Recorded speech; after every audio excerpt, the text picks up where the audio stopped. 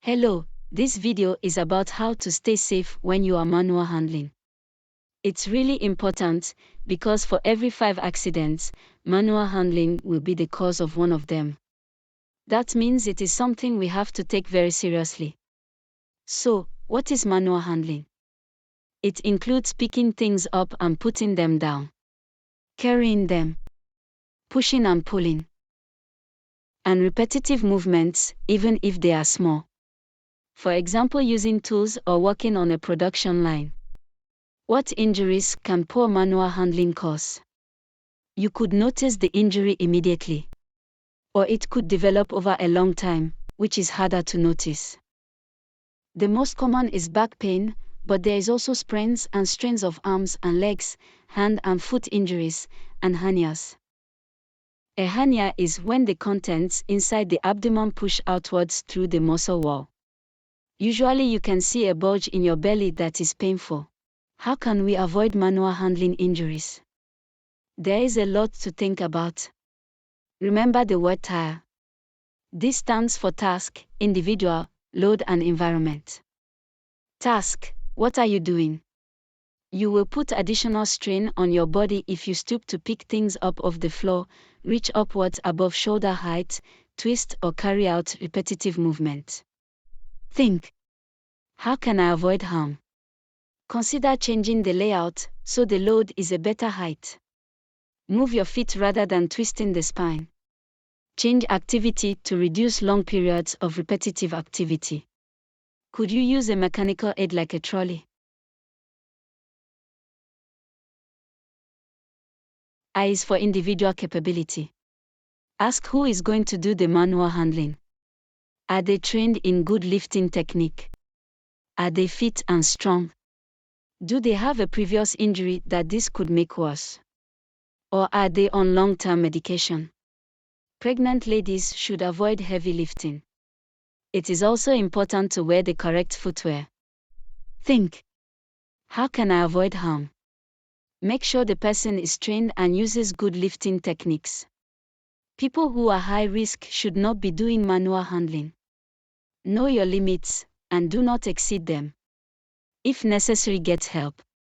Warming up before lifting and stretching after the exercise is good practice. L is for load. Ask yourself, how heavy is it? Will it be difficult to lift because it is unstable, does not have an easy grip, or it is unbalanced? Think how to do it safer. Could you split a heavy load into 2 smaller loads? You may have to make the journey twice, so it will take longer but be safer. If there are different objects, move them so the heaviest is closer to you, and it is more stable. E is for environment. Where are you going? What is on the way? Are there obstructions like stairs or trip hazards that will get in your way? How far is it? Is the lighting good? What could you do to reduce the risk? Clear away any obstructions that you could trip over, notice if the floor is uneven, avoid stairs if possible, prop doors open. Where could you take a rest, if needed? If you do this lifting a lot, think about moving the storage location so it is closer and improving the lighting. Which controls are the best? This is the hierarchy of control, where the best is at the top.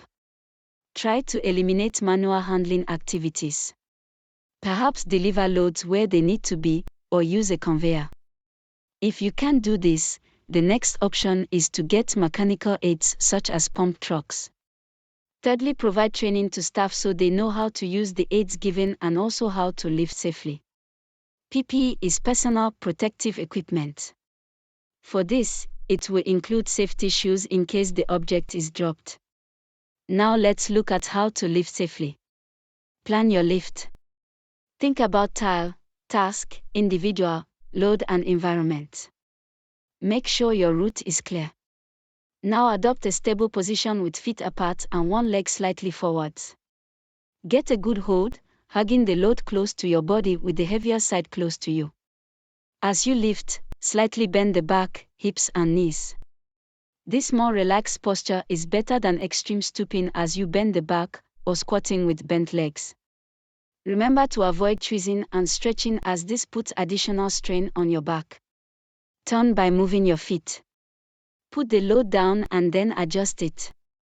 Remember, it is your strong leg muscles that should do the work. We have covered a lot in this video. Now it is your turn to make use of what you have learned. Look around your workplace and think about the manual handling activities taking place.